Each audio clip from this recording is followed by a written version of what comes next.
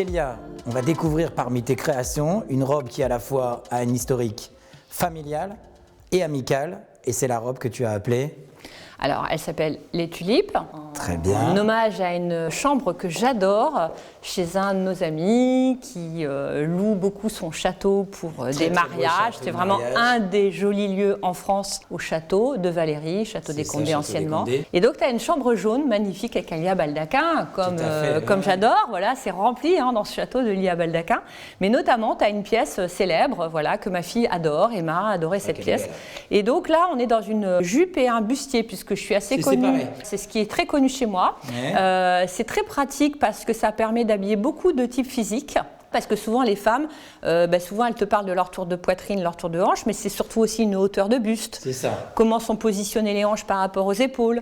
Et donc là, ce qu'on voit, la taille est très marquée. La taille est très marquée, donc parce que souvent pour se mincir, on a tendance à se dire je veux un truc tout droit, alors que c'est pas nécessairement la bonne piste. Travailler justement en marquant les tailles, en marquant les poitrines et après en donnant un petit peu de volume, mais sans trop, puisque là on voit des effets qui sont dus que au fronce. Il n'y a pas du tout de jupon. C'est assez connu chez moi aussi. T'as pas de baleine dans les bustiers, t'as pas de crinoline, tout est très souple, toujours un peu sur un mode et si j'étais une danseuse. Voilà. Oui, on voit que c'est le confort en même temps. Voilà, on ne les sent pas. Ça permet aussi aux femmes de réutiliser le bustier avec un jean, avec quelque chose de beaucoup plus moderne pour aller à un cocktail, pour aller à quelque chose après, même avec une petite basket blanche, pourquoi pas.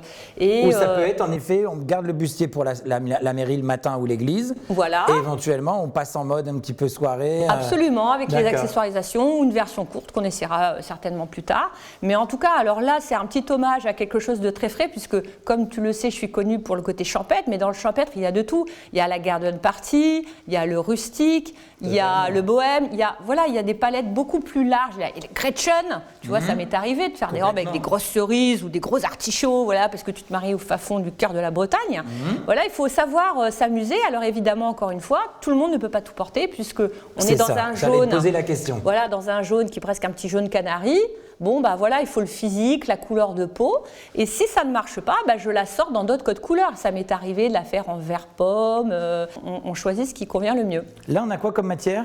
Alors là, on a un organza de soie qui est brodé et on a dessous toujours un chantoung de soie. Petite voilette. La petite voilette, on est... Alors là, on est dans un beau décolleté, un beau bustier. C'est tout simple. En fait, de toute façon, ce que je fais est assez simple, somme toute. Oui, mais comme je dis souvent, le simple est dur à travailler. C'est vrai. La simplicité est toujours dure à travailler.